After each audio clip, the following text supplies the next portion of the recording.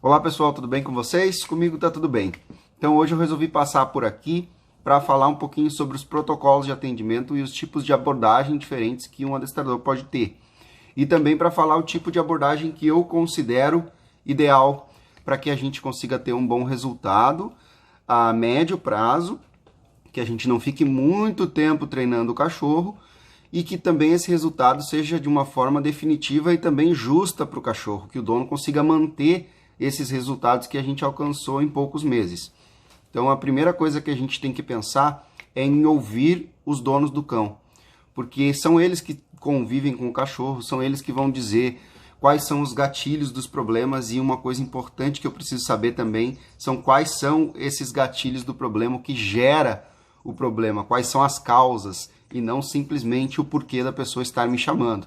O porquê da pessoa estar me chamando pode ser um latido excessivo, pode ser uma agitação, pode ser um problema com passeio, pode ser um xixi fora do lugar, e todos esses problemas, eles têm alguns gatilhos e eles têm os porquês deles acontecerem.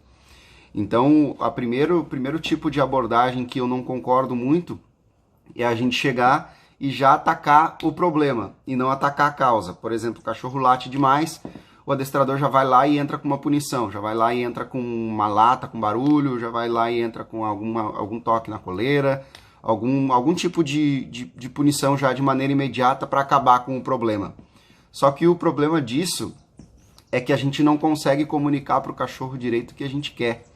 Então a gente fica bastante limitado a simplesmente atacar o problema, e esse problema tem uma causa, e se eu não vou na causa, eu acabo, de certa forma, mascarando só o problema real, e ele vai parar, sim, de fazer os latidos, por exemplo, por causa da punição, por ele ter medo da punição, porém, ele vai começar a fazer algum outro comportamento que pode ser até pior ou mais destrutivo do que o comportamento de latir, porque a causa do problema não foi atacada.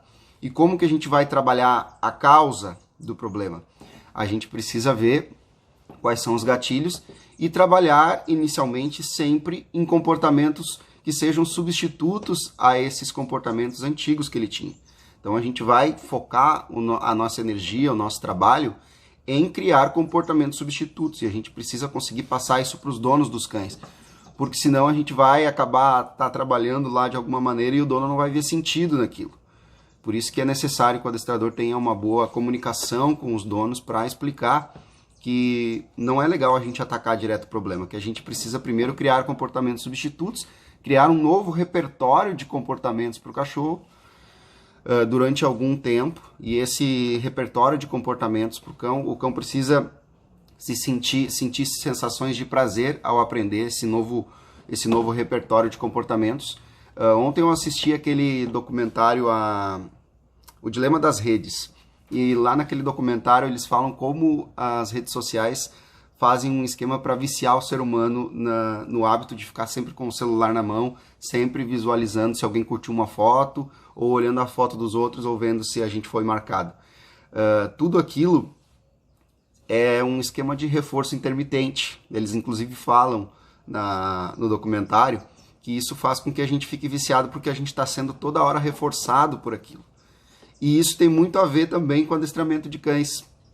Isso tem muito a ver, porque a gente tenta sempre buscar que o cão sinta o máximo de prazer possível ao realizar aquelas tarefas que a gente está propondo para ele, que é de uma maneira que ele nem perceba que ele está sendo treinado. E essa eu acho que é a melhor abordagem que a gente pode fazer, porque a gente evita estresse e a gente gera vício no cão de fazer aqueles comportamentos pra gente. Ele acaba nem percebendo que ele está fazendo pra gente, porque na verdade ele está fazendo para o próprio prazer.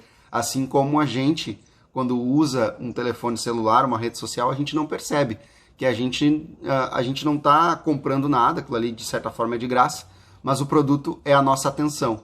Então com o cão é mais ou menos a mesma coisa. Ele começa a entender, eu estou ganhando petisco, mas a gente começa a levar ele para um lado de que ele está trabalhando para a gente sem perceber. Ele está sendo, sim, reforçado, está sentindo aquela sensação de prazer, mas está fazendo tudo para a gente de acordo com o que sai melhor na nossa rotina, né? Então a gente encaixa o cachorro e os comportamentos dele, modificando com treinamento, na nossa rotina, e isso faz com que o cão comece a ficar cada vez mais vinculado com a gente, e também cada vez mais viciado em fazer os comportamentos que a gente gosta.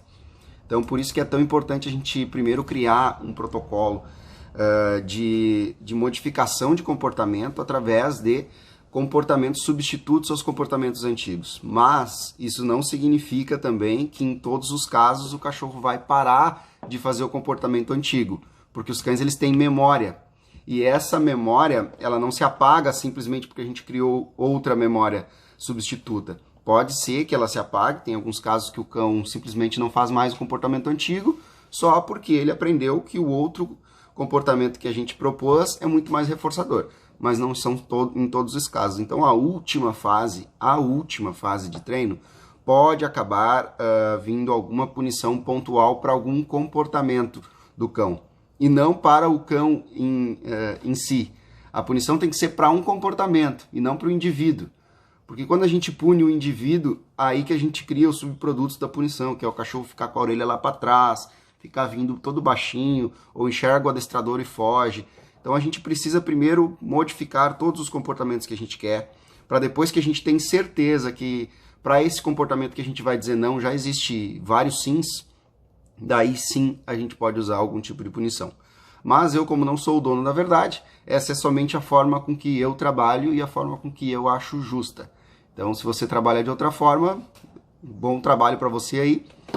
E espero que você esteja conseguindo ter bons resultados também. Afinal, somos todos adestradores. Um abraço.